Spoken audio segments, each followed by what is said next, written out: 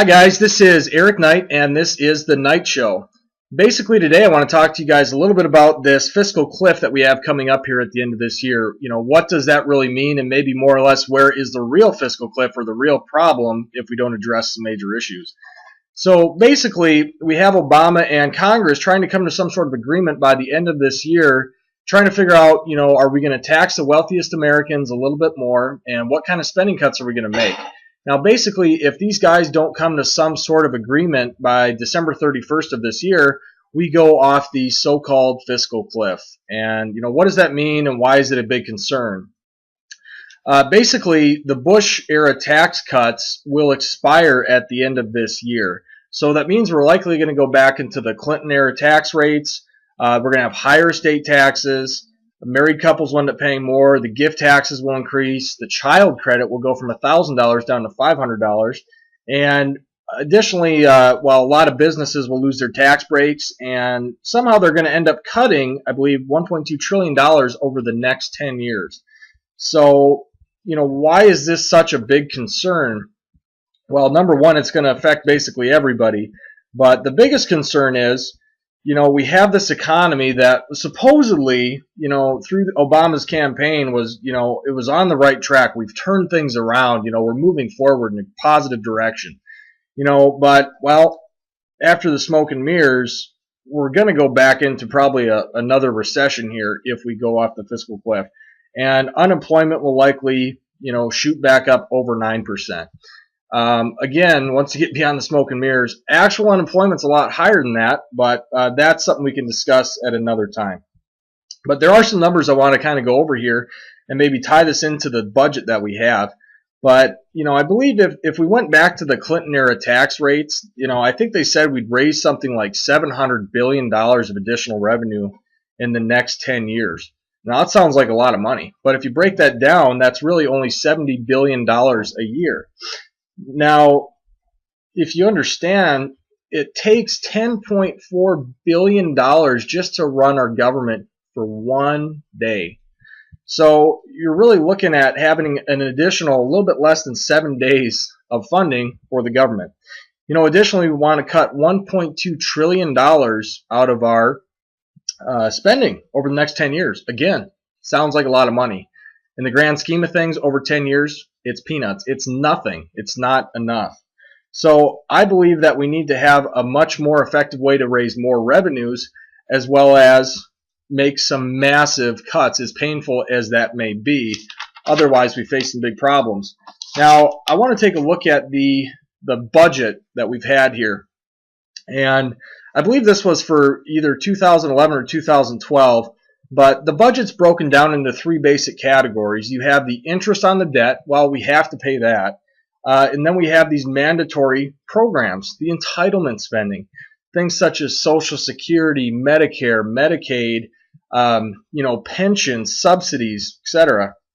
And then we have discretionary spending. So you have your Security Department, which is, your military, CIA, FBI. And then we also have the non-security, which is government departments like education. Now, the real problem that I see here, which is pretty insane, is if you look at the tax receipts and the revenues that were actually generated, they were exceeded by only the mandatory programs and the interest on the debt. So what that means is if we completely got rid of our entire military and we fired every single government employee, our mandatory programs and interest on the debt still bring us to a budget deficit every single year. So another kind of crazy way to look at this, especially with healthcare. Healthcare, right now I believe we spend $1 in $4 that are brought in on healthcare. This number is expected to increase by 30 or up to 33% over the next 10 years. So we're going to need just that much more entitlement spending. Additionally, we have the baby boomers. They're all going to be retiring and hitting that magical age where they start getting their checks. So, huge concern.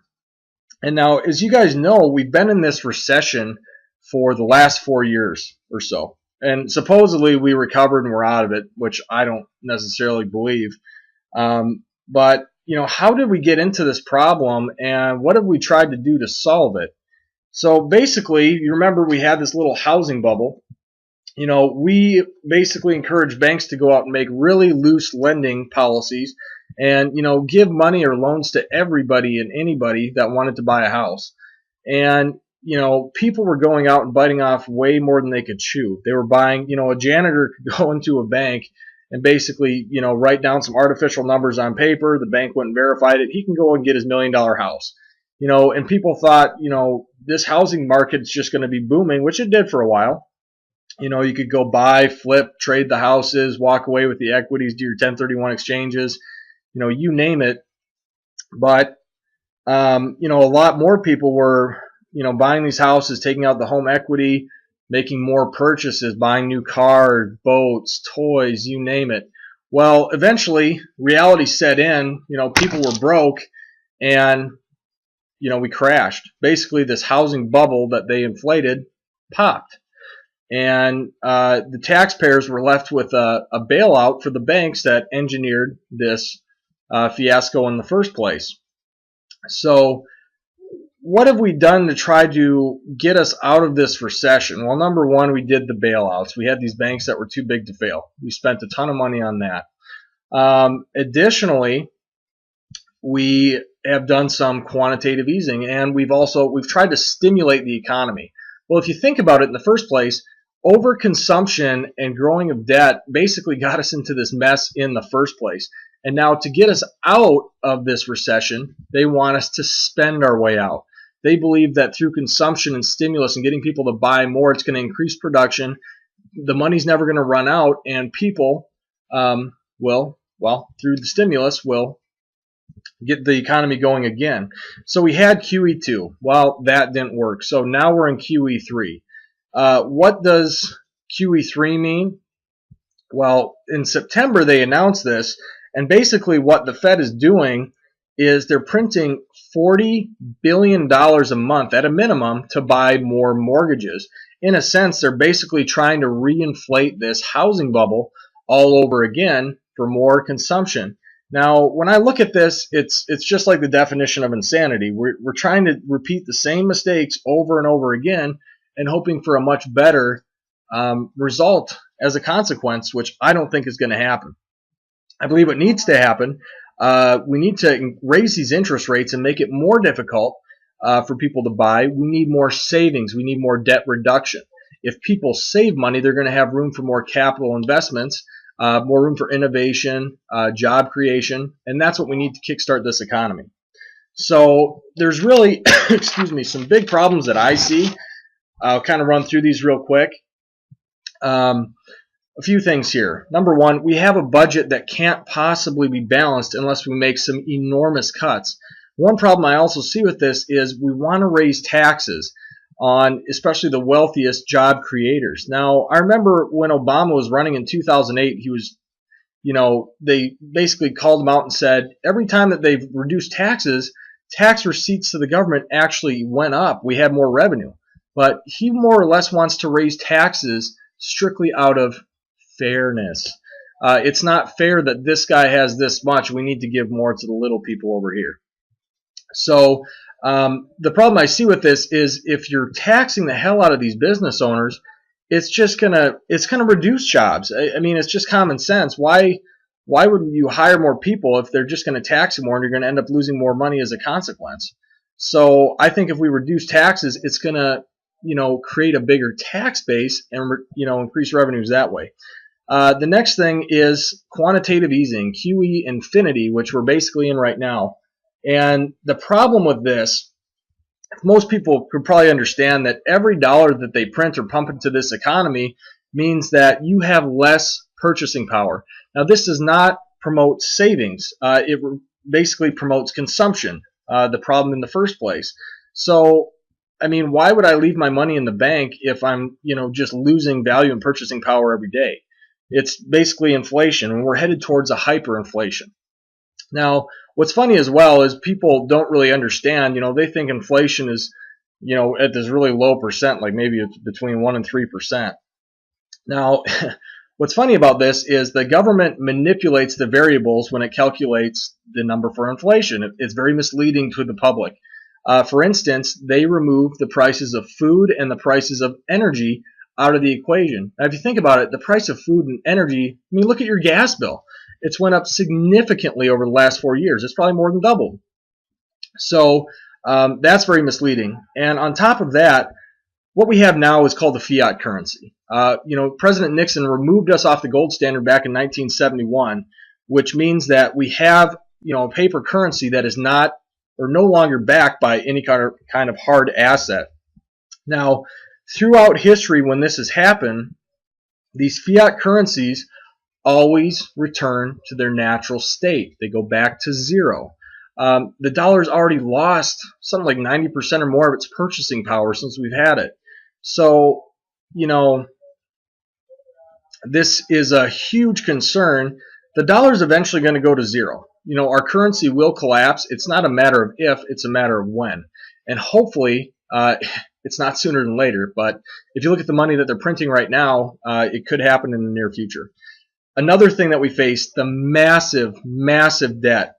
Eventually, this is totally and completely unsustainable. And the thing is, once our creditors basically wake up to that realization that the United States cannot pay this debt back, we're in big trouble. Eventually, interest rates will have to rise. And I look at it this way. Let's say, after 2016, we have this $20 trillion national debt, which I believe is projected. And let's say interest rates go up to 10%. Well, that's a $2 trillion interest payment every single year. And, that pretty much wipes out all the revenues that the government brings in to begin with. We won't have any money left for anything else. So like I said, this is completely unsustainable and we cannot afford it.